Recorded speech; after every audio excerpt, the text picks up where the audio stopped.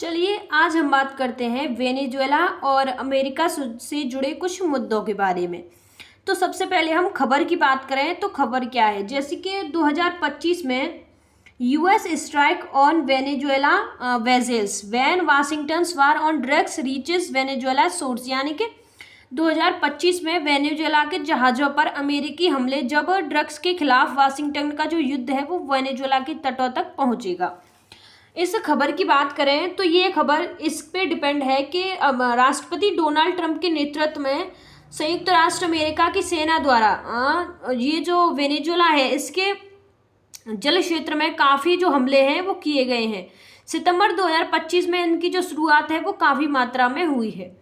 वहीं इनके मुख्य जो बिंदु हैं खबर की उसकी बात करें तो इसमें हम ये जो अमेरिका के राष्ट्रपति हैं डोनाल्ड ट्रंप इन जो हमलों को क्यों कर रहे हैं इनके बारे में बात करेंगे।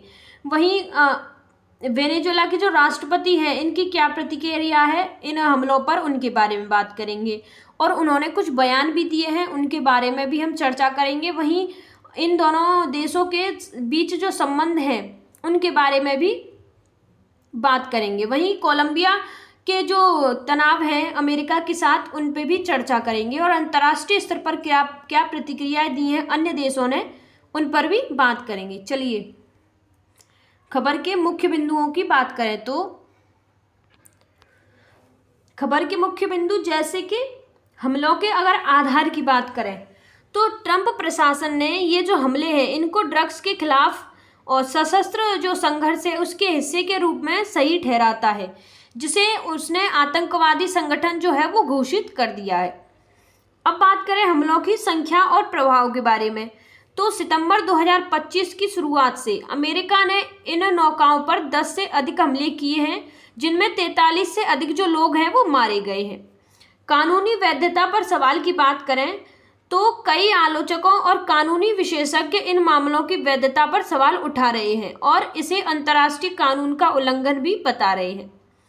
बढ़ता सैन्य तनाव, अगर बढ़ते सैन्य तनाव की बात करें तो अमेरिका ने इस क्षेत्र में अपनी सैन्य उपस्थिति बढ़ाई है, जिसमें एक विमान वाहक पोत यानी कि एयरक्राफ्ट कैरियर की तैनाती भी शामिल है। वेनेजुएला के साथ तनाव की बात करें तो इन हमलों ने अमेरिका और वेनेजुएला के बीच पहले से ही चल रहे तनाव को और बढ़ा दिया है, क्योंकि मादुरो प्रशासन ने इन हमलों को सैन्य आक्रामकता का जो करारा जो जवाब है वो दिया है, आक्रामकता का जो करार है वो दिया है। कुछ जो विशेषज्ञ हैं उनका मानना है कि यह अभियान मादुरो जो सरकार है उसको हटाने के उद्देश्य से एक दबाव के रणनीति के रूप में किया जा रहा है। और अंतर्राष्ट्रीय कानून और मानवाधिकारों की बात करें तो इन हमलों पर सबसे बड़ा सवाल इनकी कानूनी वैधता को लेकर है। विशेषज्ञ जो हैं उनका कहना है कि खुले समुद्रों में लोगों पर सैन्य हमला करना, चाहे वो आपराधिक गतिविधियों में शामिल हो या मानवाधिकारों और अंतर्राष्ट्रीय समुद्री कानूनों का उल्लंघन हो सकता है। संयुक्त राष्ट्र चार्टर के अनुसार सैन्य बल का उपयोग केवल आत्मरक्षा में या संयुक्त राष्ट्र सुरक्षा परिषद की मंजूरी से ही किया जा सकता है। अमेरिका का वादा है कि ये हमले गैर अंतर्राष्ट्रीय सशस्त्र संघर्ष नॉन इंटरनल आर्मर्ड कॉन्फ्लिक्ट के तहत आत्मरक्षा है, लेकिन इस दावे को व्यापक रूप से चुनौती दी गई है।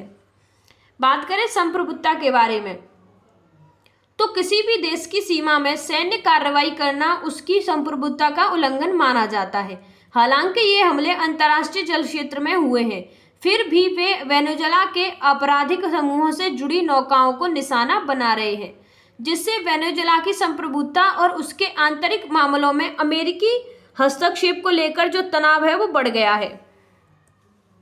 विदेश नीति और भू राजनीति की बात करें यानी कि फॉरेन पॉलिसी एंड जियोपॉलिटिक्स, तो यह घटना अमेरिकी विदेश नीति का एक हिस्सा है। इसका जो उद्देश्य है वेनेजुएला पर जो दबाव है उसको डालना है। कुछ विश्लेषक जो है उनका कहना है कि ये हमले मादुरो सरकार को कमजोर करने या उसे हटाने की एक रणनीति हो सकते हैं। इस प्रकार की कार्रवाई वेनेजुएला को रूस और चीन जैसे देशों के करीब ला सकती है, जिससे क्षेत्र में भू राजनीतिक स्थिति और जटिल हो सकती है। बात करें ड्रग्स के खिलाफ युद्ध के बारे में, वॉर ऑफ ड्रग्स, तो यह मुद्दा लंबे समय से चल रहे वॉर ऑफ ड्रग्स से जुड़ा है। इस मामले में यह बहस का विषय बन गया है कि क्या ड्रग्स तस्करी एक कानूनी प्रवर्तन यानी कि लॉ इन्फोर्समेंट का मामला है, जिसका समाधान पुलिस और जो तटरक्षक हैं वो बल द्वारा किया जाना चाहिए, या एक सैन्य मामला है जिसके लिए घातक बल का उपयोग किया जा सकता है। आलोचकों जो है उनका तर्क है कि सैन्य कार्रवाई इस समस्या का जो स्थायी समाधान नहीं है, और इससे निर्दोष लोगों को भी नुकसान जो है वो पहुंच सकता है। हमले के अगर औचित्य और कुछ जो आलोचक हैं उनकी बात करें तो हम इस हमले से जुड़े कुछ औचित्य भी हैं और कुछ आलोचक भी हैं जो इस जो हमला है इसके जो आलोचना है वो कर रहे हैं। जैसे कि ट्रंप प्रशासन के अगर औचित्य की बात करें तो इन मामलों को नार्को आतंकवादियों और मादक पदार्थों की तस्करी करने वालों जो समूह है उनके खिलाफ एक सैन्य कार्रवाई बताया गया है। और ट्रंप ने यह भी कहा है कि ये हमले देश में ड्रग्स ओवरडोज से होने वाली मौतों को जो है वो रोक सकते हैं। प्रशासन का तर्क है कि वे इन समूहों के साथ सशस्त्र संघर्ष में हैं, जिससे सैन्य बल का उपयोग कानूनी रूप से उचित है। यह भी दावा किया गया है कि ये हमले राष्ट्रीय सुरक्षा के लिए आवश्यक हैं और अमेरिका को वेनेजुएला से अपने आने वाली ड्रग्स से बचाने के लिए हैं। वहीं आलोचक जो है उनके बिंदुओं की बात करें तो आलोचकों ने सवाल उठाया है कि क्या अमेरिका इन हमलों को करने के लिए कानूनी रूप से अधिकृत है और क्या यह कार्रवाई अंतर्राष्ट्रीय कानून के तहत वैध है। यह भी तर्क दिया गया है कि अधिकांश फेंटानिल मैक्सिको से आता है, वेनेजुएला से नहीं आता है। विशेषज्ञ जो है उन्होंने यह भी बताया है कि प्रशासन ने नशीली दवाओं की तस्करी और आतंकवादी संगठनों के बीच संबंध के दावों का कोई सबूत नहीं दिया है। वेनेजुएला पर boat strike by the United state, यानी कि यूनाइटेड स्टेट द्वारा जो बोट स्ट्राइक है वो कैसे कब किए गए हैं। तो यानी कि पहला जो बोट स्ट्राइक है वो 2 सितंबर को था, वहीं दूसरा स्ट्राइक 15 सितंबर को 2025, तीसरा स्ट्राइक 19 सितंबर और चौथा स्ट्राइक था अक्टूबर 3 को। वहीं ये दो स्ट्राइक हुए हैं अक्टूबर 14 को, अक्टूबर 16 को। इनकी जो लोकेशन है वो अननोन है, वो बताई नहीं गई है। इनकी जो लोकेशन है वो दिखाई गई है जैसे कि ये कैरिबियन एरिया में की गई हैं और ये जो है वो यहाँ पे की गई हैं।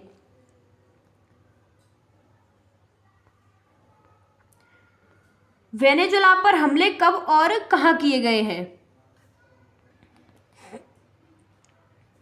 अब हम बात करें वेनेजुएला पर जो हमले हैं वो कब, कहां और किसके द्वारा किए गए हैं।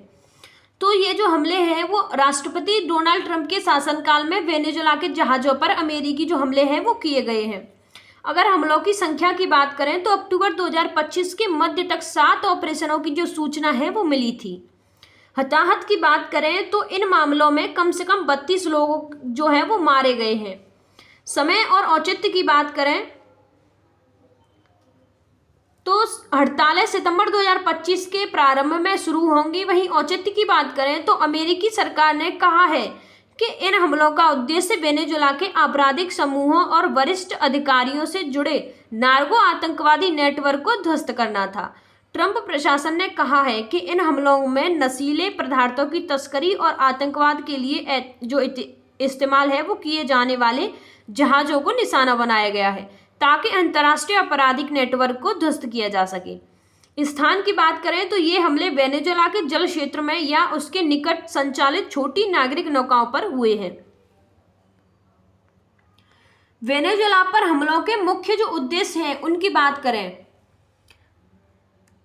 तो वेनेजुएला पर जो मुख्य जो उद्देश्य है वो कई प्रकार के हैं, जैसे मादक पदार्थों की तस्करी को रोकना भी मुख्य उद्देश्य है।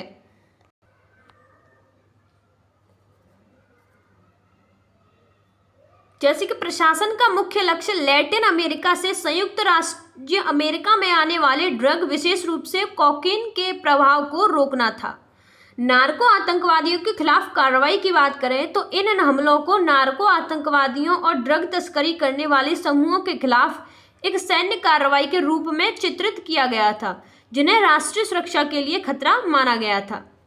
राष्ट्रीय सुरक्षा की रक्षा की बात करें तो प्रशासन ने दावा किया है कि ये हमले अमेरिका को वेनेजुएला से आने वाली ड्रग से बचाने और देश में ड्रग्स ओवरडोज से होने वाली मौतों को रोकने के लिए आवश्यक थे। सशस्त्र संघर्ष के औचित्य की बात करें तो ट्रंप प्रशासन ने तर्क दिया कि वे इन समूहों के साथ सशस्त्र संघर्ष की स्थिति में थे, जिससे सैन्य बल का उपयोग कानूनी रूप से उचित था। अमेरिका वेनेजुएला को किन कारणों के आधार पर देखता है, यानी कि जो अमेरिका है वो वेनेजुएला को किन जो कारक हैं उनके आधार पर देखता है। तो जैसे मादक पदार्थों के प्रवर्तक के रूप में अमेरिका सरकार ने कहा है कि हाल ही में किए गए हमलों में मादक पदार्थों की तस्करी और आतंकवाद के लिए इस्तेमाल किए गए जाने वाले जो जहाज है उनको निशाना बनाया गया है। सरकार ने इस अभियान को अंतर्राष्ट्रीय आपराधिक नेटवर्क को बाधित करने के लिए व्यापक प्रयास का हिस्सा बताया है। राजनीतिक अस्थिरता की बात करें तो अमेरिका निकोलस मादुरो और शासन की आलोचना करता रहा है तथा इसमें बढ़ती अधिनायकवाद और पारदर्शिता की कमी का हवाला देता रहा है। आर्थिक हित की बात करें तो ऐतिहासिक रूप से वेनेजुएला अमेरिका के लिए प्रमुख तेल निर्यातक था। हालांकि ह्यूगो चावेज और निकोलस मादुरो के नेतृत्व में वेनेजुएला ने समाजवादी एजेंडा अपनाया और उद्योगों का राष्ट्रीयकरण किया और अमेरिकी आर्थिक प्रभाव को कम भी किया है। क्षेत्रीय अभाव की बात करें तो अमेरिका वेनेजुएला के रूस और चीन जैसे देशों के साथ गठबंधन को लेकर चिंतित है।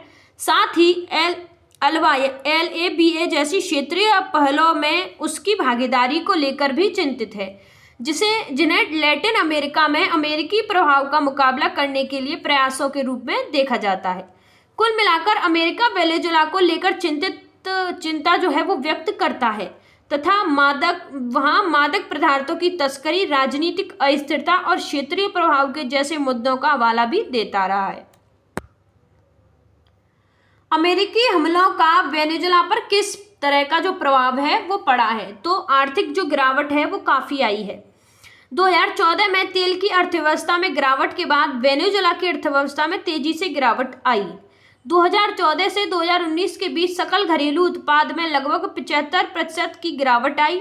चावेज द्वारा शुरू किया गया और उनके उत्तराधिकारी निकोलस मादुरो ने सत्तावादी तारिकों द्वारा संयुक्त राज्य अमेरिका और अन्य पश्चिमी लोकतंत्रों से आर्थिक विचारधारा को प्रेरित और बढ़ावा देने की मांग की। परिणाम स्वरूप वेनेजुएला में एक मानवीय संकट पैदा हो गया और 2020 में घातक सार्स यानी कि SARS-CoV-2 महामारी के देश में पहुंच गया और भी नष्ट भी हो गया। व्यापार में पुनरुत्थान और अभिविन्यास की बात करें तो मादुरो शासन के विरुद्ध विश्व की कई देशों में वेनेजुएला की पहुंच तक अवरुद्ध होने के बाद चीन, रूस, क्यूबा, तुर्की और ईरान सहित देशों पर व्यापार का एक समूह फिर से प्रकट हुआ है। आर्थिक जो स्वतंत्रता है उसका दावा की बात करें तो अपनी आर्थिक स्वतंत्रता पर जोर देने के लिए दृढ़ संकल्प देश 2007 में आई क्रिस्टोफर और विश्व बैंक दोनों से हट गया है। इन निजीकरण के जवाब में वेनेजुएला ने अपनी अर्थव्यवस्था को स्थिर करने और अंतर्राष्ट्रीय समर्थन प्राप्त करने के लिए कई कदम हैं वो उठाए हैं। वेनेजुएला के अमेरिकी तेल उत्पादन पर असर की बात करें, यानी कि वेनेजुएला के अमेरिकी तेल पर इन हमलों के क्या असर पड़े हैं, तो उत्पादन में काफ़ी जो गिरावट है वो आई है। कुप्रबंधन और कम तेल की सीमा के साथ संयुक्त राज्य अमेरिका और अन्य पश्चिमी लोकतंत्र आर्थिक ढांचे ने वेनेजुएला की अर्थव्यवस्था को नुकसान पहुंचाया, जिसमें 2014 से 2019 के बीच सकल घरेलू उत्पाद में लगभग 75% की गिरावट जो है वो आई थी। तेल उत्पादन उद्योग पर अगर प्रभाव की बात करें तो 2002 से 2003 में हड़ताल में भाग लेने वाले हजारों अनुभव पीवीएसए सिद्धांतों और अवशेषों को समाप्त करने के बाद चावेज सरकार ने उन्हें मुख्य रूप से अनुभवी राजनीतिक नियुक्तियों में से बदल दिया। 2002 के दशक में तेल उद्योग के घोर प्रबंधन में योगदान दिया गया, जिससे वेनेजुएला की अर्थव्यवस्था 2010 के दशक में चली गई।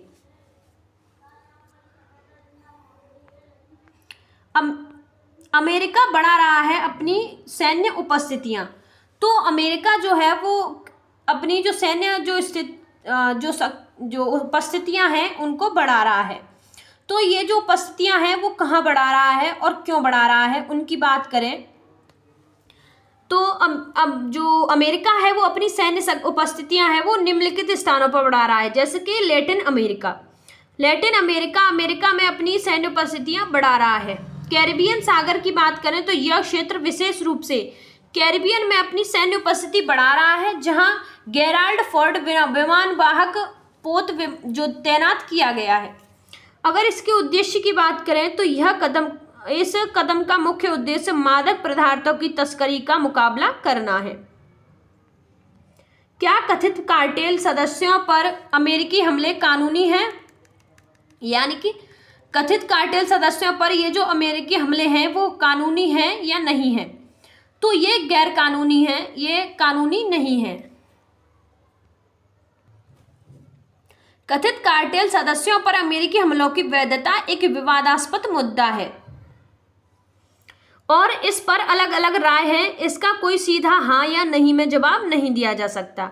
हमलों को कानूनी मानने वाले अगर तर्कों की बात करें तो कौन कौन कानूनी मानता है? तो सशस्त्र संघर्ष की बात करें तो ट्रंप प्रशासन का तर्क है कि अमेरिका इन समूहों के साथ सशस्त्र संघर्ष में है, जिससे सैन्य बल का उपयोग कानूनी रूप से उचित है।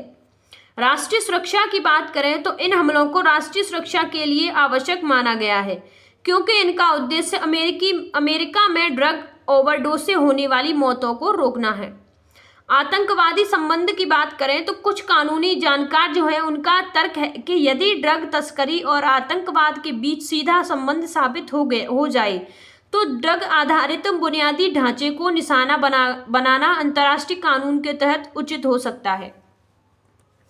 अब बात करें इन हमलों को गैर कानूनी जो तर्क हैं वो कैसे दिए गए हैं, तो अंतर्राष्ट्रीय कानून का उल्लंघन बताया गया है। जैसे कि संयुक्त राज्य के विशेषज्ञों ने चेतावनी दी है कि अंतर्राष्ट्रीय कानूनी आतंकवाद या मादक जो पदार्थ है उनकी तस्करी से लड़ने के लिए विदेशों में बल के एक तरफा उद्योग की अनुमति नहीं देता। संप्रभुता के उल्लंघन की बात करें तो किसी दूसरे देश के क्षेत्र में संगठित अपराध समूहों पर हमला करना उस देश की संप्रभुता का उल्लंघन हो सकता है और संयुक्त राष्ट्र चार्टर के तहत बल के अवैध उपयोग के बराबर हो सकता है। कानूनी अधिकार के अभाव की बात करें तो आलोचकों का तर्क है कि कांग्रेस ने इस विशिष्ट समूहों के खिलाफ बल के उपयोग को अधिकृत नहीं किया है, जिससे अमेरिका इन हमलों को करने के लिए कानूनी रूप से अधिकृत नहीं है। सबूतों की कमी की बात करें तो विशेषज्ञ ने यह भी बताया है कि प्रशासन ने नशीली दवाओं की तस्करी और आतंकवादी संगठनों के बीच संबंध के दावों का कोई सबूत नहीं दिया है।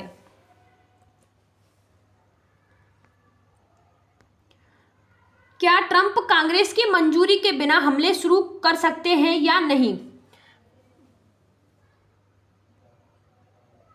तो अमेरिकी संविधान और कानूनी विशेषज्ञों के अनुसार ट्रंप कांग्रेस की मंजूरी के बिना हमले शुरू कर सकते हैं, लेकिन यह शक्ति सीमित है और इस पर विवाद होता रहा है।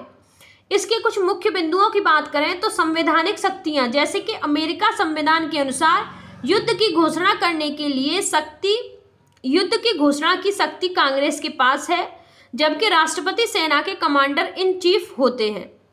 वो वॉर पावर रिजोल्यूशन की बात करें तो 1973 के इस कानून के तहत राष्ट्रपति बिना कांग्रेस की मंजूरी के 60 दिनों तक सैन्य बल का उपयोग कर सकते हैं। इसके बाद उन्हें इसे समाप्त करना होता है या कांग्रेस से मंजूरी लेनी होती है। ट्रंप के तर्क की बात करें तो ट्रंप ने कहा है कि उन्हें इन मामलों के लिए कांग्रेस की मंजूरी की आवश्यकता नहीं है, क्योंकि ये इन्हें सशस्त्र संघर्ष का हिस्सा मानते हैं और राष्ट्रीय सुरक्षा के लिए आवश्यक भी बताते हैं। कांग्रेस की मंजूरी के अभाव की बात करें तो कांग्रेस ने इन विशिष्ट ड्रग कार्टेल समूहों के खिलाफ सैन्य बल के उपयोग को अधिकृत नहीं किया है। आलोचकों की बात करें तो कई सांसदों और कानूनी विशेषज्ञों ने इन हमलों पर चिंता व्यक्त भी की है और तर्क दिया है कि ट्रंप संविधान का उल्लंघन कर रहे हैं। उनका मानना है कि इन कार्रवाइयों के लिए कांग्रेस की मंजूरी आवश्यक है। संयुक्त राज्य अमेरिका में राष्ट्रपति शक्तियां और कांग्रेस की भूमिका एक जटिल विषय है। अमेरिकी संविधान के अनुसार युद्ध की घोषणा करने की शक्ति केवल कांग्रेस के पास है, लेकिन राष्ट्रपति को सेना के कमांडर इन चीफ माना जाता है। इस शक्ति के विभाजन के इस कारण अक्सर विवाद होता रहा है। राष्ट्रपति अपने कमांडर इन चीफ के अधिकार के तहत बिना कांग्रेस की औपचारिक मंजूरी के सीमित सैन्य कार्रवाई कर सकते हैं, खासकर जब राष्ट्रपति हित या सुरक्षा को खतरा हो।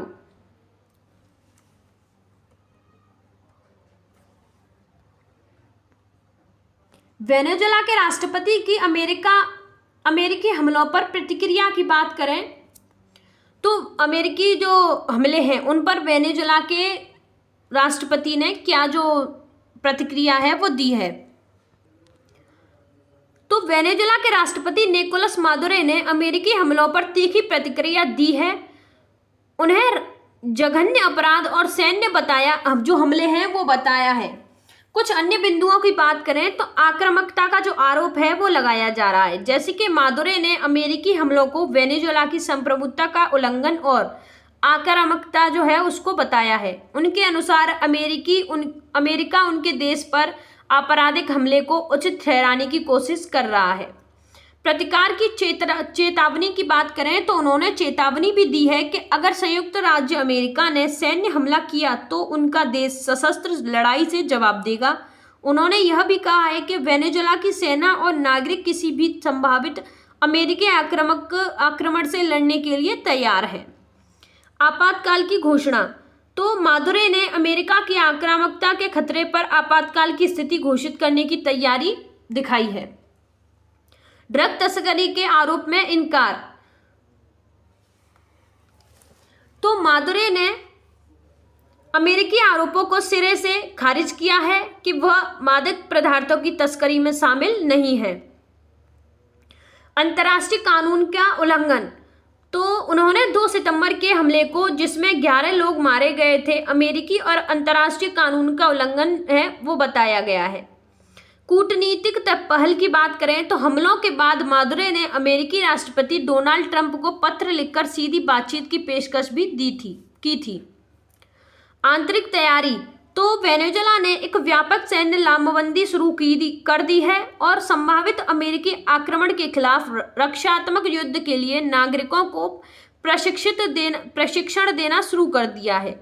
मादुरो ने जनता से हथियार उठाने का आह्वान भी किया है।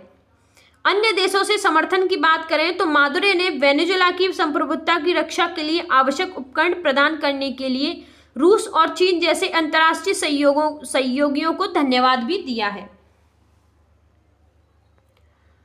वेनेजुएला के राष्ट्रपति के अगर बयान की बात करें तो यह बयान निकोलस मादुरो द्वारा 2 सितंबर 2025 को दिया गया था। बयान में उन्होंने क्या कहा, तो बयान में निकोलस मादुरो ने कहा कि 8 युद्धपोतों, 12 मिसाइलों और एक परमाणु पनडुब्बी के साथ वेनेजुएला को निशाना बना रहे यह एक अतिशयोक्तिपूर्ण, अनैतिक और खूनी धमकी है। अगर वेनेजुएला पर हमला हुआ तो हम खुद को सशस्त्र संघर्ष और एक सशस्त्र गणराज्य घोषित कर देंगे, उन्होंने यह बयान में कहा है। ट्रंप द्वारा लैटिन अमेरिका में कथित ड्रग कार्टेल पर किए गए हमलों को लेकर अमेरिका के घरेलू स्तर पर कई चिंता जो है वो व्यक्त की है। तो राष्ट्रपति ट्रंप द्वारा लैटिन अमेरिका में कथित ड्रग कार्टेल पर किए गए हमलों को लेकर अमेरिका के घरेलू स्तर पर कई चिंताएं व्यक्त की हैं, जिनमें कानूनी और राजनीतिक दोनों मुद्दे शामिल हैं। सबसे पहले कानूनी और संवैधानिक चिंताओं की बात करें तो कांग्रेस की मंजूरी का अभाव। कई सांसदों और कानूनी विशेषज्ञों ने इन हमलों के लिए कांग्रेस से मंजूरी न लेने पर सवाल उठाया है। अमेरिकी संविधान के अनुसार युद्ध की घोषणा करने की शक्ति कांग्रेस के पास है और इन कार्रवाइयों को वॉर पावर रेजोल्यूशन के तहत कानूनी चुनौतियों का सामना करना पड़ सकता है। कानूनी औचित्य पर संदेह की बात करें तो प्रशासन ने इन हमलों को सशस्त्र संघर्ष का हिस्सा बताया है, लेकिन आलोचकों का तर्क है कि ड्रग कार्टेल पर हमला करने से ये समूह स्वचालित रूप से नार्को आतंकवादी या वैध सैन्य लक्ष्य नहीं बन सकते। प्रशासन के कानूनी औचित्य पर सवाल उठे और पेंटागन ने भी इस पर स्पष्टीकरण देने से इनकार भी कर दिया है।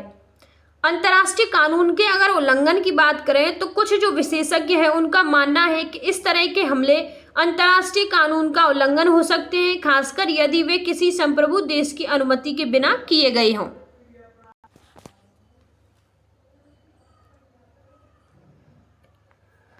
राजनीतिक और नीतिगत चिंताओं की बात करें तो सूचना की कमी, जैसे कि कांग्रेस के सदस्यों ने इन हमलों की खुफिया जानकारी, औचित्य और लक्ष्यों के बारे में प्रशासन द्वारा पर्याप्त जानकारी साझा न करने पर निराशा व्यक्त की है। भू राजनीतिक रणनीति, तो आलोचकों ने इन हमलों को केवल ड्रग के खिलाफ युद्ध के बजाय एक व्यापक भू राजनीतिक रणनीति के रूप में देखा है। यह आरोप लगाया गया है कि प्रशासन कार्टेल को आतंकवादी संगठनों के रूप में नामित करके प्रतिबंध लगाने और सैन्य हस्तक्षेप करने का औचित्य स्थापित कर रहा है। पिछले प्रयासों की विफलता, तो ड्रग के खिलाफ युद्ध की नीति को कई दशकों से विफल माना जा रहा है। विशेषज्ञ और राजनेताओं ने इस बात पर जोर दिया है कि एक और ड्रग युद्ध शुरू करने के बजाय इस संकट को हल करने के लिए दूसरे तरीकों पर ध्यान देना चाहिए। संक्षिप्त में अगर इस पॉइंट की बात करें तो अमेरिका में घरेलू स्तर पर इन हमलों को लेकर मुख्य चिंता यह है कि क्या ये हमले कानूनी और संवैधानिक रूप से वैध हैं? क्या प्रशासन ने कांग्रेस को पर्याप्त जानकारी दी है और क्या यह नीति अंततः सफल होगी? ये जो सवाल है वो काफी तरह उठ रहे हैं। अमेरिका और वेनेजुएला संबंध, अमेरिका और वेनेजुएला के अगर संबंधों की बात करें तो वेनेजुएला और अमेरिका के बीच जो संबंध है वो वर्तमान में जो संबंध है वो काफी जटिल है और तनावपूर्ण है। जैसे कि ऐतिहासिक संदर्भ, तो वेनेजुएला कभी संयुक्त राष्ट्र अमेरिका का एक प्रमुख तेल निर्यातक था, यानी कि अमेरिका का एक वेनेजुएला जो था पहले एक संयुक्त तेल निर्यातक था। आर्थिक बदलाव की बात करें तो ह्यूगो चावेज और निकोलस मादुरो के शासनकाल में वेनेजुएला ने समाजवादी एजेंडे को अपनाया और उद्योगों का राष्ट्रीयकरण किया और अमेरिकी आर्थिक प्रभाव को कम किया। कुप्रबंधन और तेल की गिरती कीमतों के कारण गंभीर आर्थिक संकट पैदा हो गया।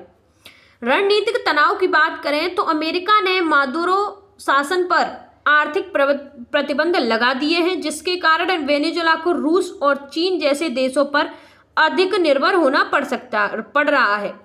वेनेजुएला सरकार ने वेनेजुएला के जहाज़ों पर हाल ही में हुए अमेरिकी सैन्य हमलों की निंदा करते हुए इसे अवैध और राजनीतिक से प्रेरित किया है। अमेरिकी परिप्रेक्ष्य की बात करें तो अमेरिकी सरकार ने कहा है कि हाल ही में किए गए हमलों में मादक पदार्थों की तस्करी और आतंकवाद के लिए इस्तेमाल किए जाने वाले जहाज़ों को निशाना बनाया गया था तथा इस अभियान को अंतर्राष्ट्रीय आपराधिक नेटवर्क को बाधित करने की व्यापक प्रयास का हिस्सा बताया गया है।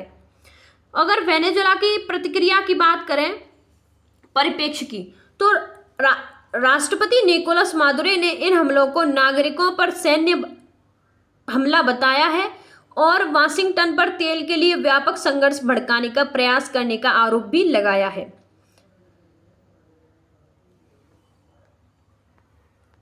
अमेरिका और कोलंबिया के अगर संबंधों की बात करें तो अमेरिका और कोलंबिया के जो संबंध हैं वो भी काफी तनावपूर्ण हो गए हैं, जिनके प्रमुख कारण जैसे कि ड्रग को लेकर काफी मतभेद बढ़े हैं। अमेरिका ने कोलंबिया पर ड्रग की तस्करी को रोकने में पर्याप्त कदम न उठाने का आरोप लगाया है, जबकि कोलंबिया के राष्ट्रपति गुस्तावो पेट्रो ने इस आरोप का खंडन किया है। अमेरिकी राष्ट्रपति डोनाल्ड ट्रंप ने पेट्रो को ड्रग डीलर भी कहा है। इसके जवाब में कोलंबिया ने अमेरिका से हथियार की खरीद जो है वो रोक दी है। कूटनीतिक तनाव की बात करें तो दोनों देशों ने एक दूसरे के देश से अपने राजदूतों को वापस बुला लिया है। यह तनाव तब बढ़ा जब अमेरिकी राष्ट्रपति डोनाल्ड ट्रंप ने कोलंबियाई वस्तुओं पर टैरिफ लगाने और सहायता निलंबित करने की धमकी दी और कोलंबिया ने वाशिंगटन पर अपनी संप्रभुता का उल्लंघन करने का आरोप भी लगाया। प्रवासी मुद्दों की बात करें तो अमेरिका ने निर्वासित कोलंबिया लोगों को वापस ले जाने वाली उड़ानों को स्वीकार करने से मना करने बाद कोलंबिया पर व्यापार संबंधी धमकियां हैं वो बढ़ाई है। हालांकि बाद में कोलंबिया ने इन उड़ानों को स्वीकार करने पर असहमति जताई है। वेनेजुएला के पास अमेरिकी सैन्य कार्रवाई की बात करें तो वेनेजुएला के पास संदिग्ध ड्रग नौकाओं पर अमेरिकी सैन्य हमलों से भी दोनों देशों के संबंधों में काफी जो तनाव है वो आया है। अंतर्राष्ट्रीय कानून इस प्रतिक्रिया में क्या कहता है? तो अंतर्राष्ट्रीय कानून काफी तरीके से इसमें भागीदारी निभाता है।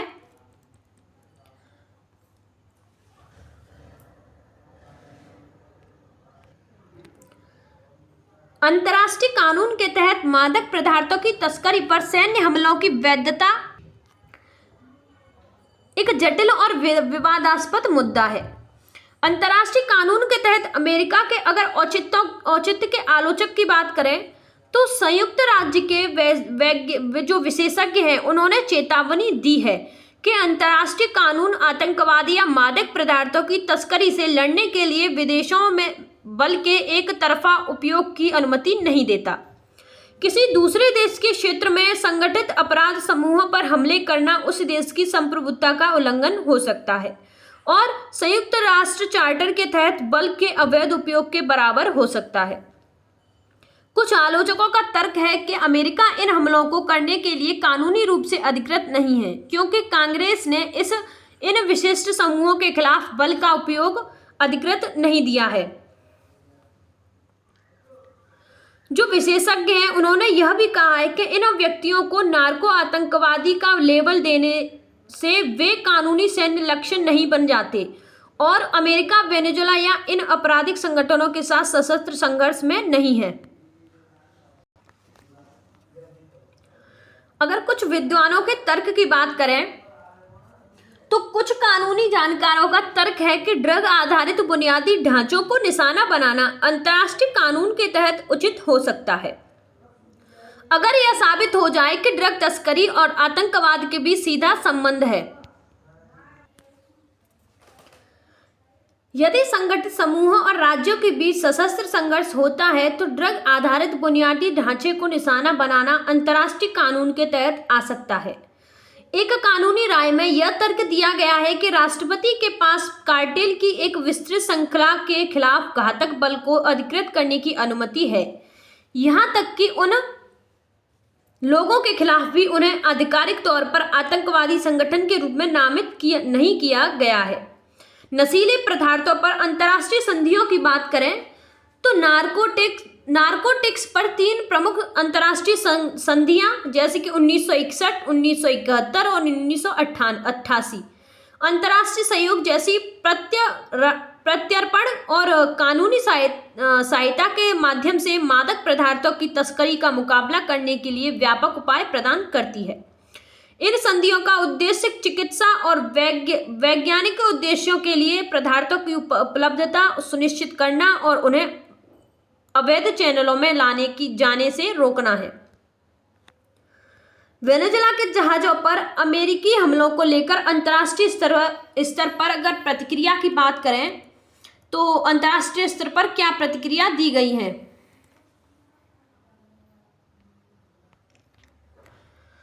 तो वेनेजुएला के जहाजों पर अमेरिकी हमलों को लेकर अंतर्राष्ट्रीय स्तर पर मिलीजुली प्रतिक्रिया देखने को मिली है। यह प्रतिक्रिया मुख्य रूप से वेनेजुएला के विरोध और संयुक्त राष्ट्र में उठाए गए मुद्दों से संबंधित है।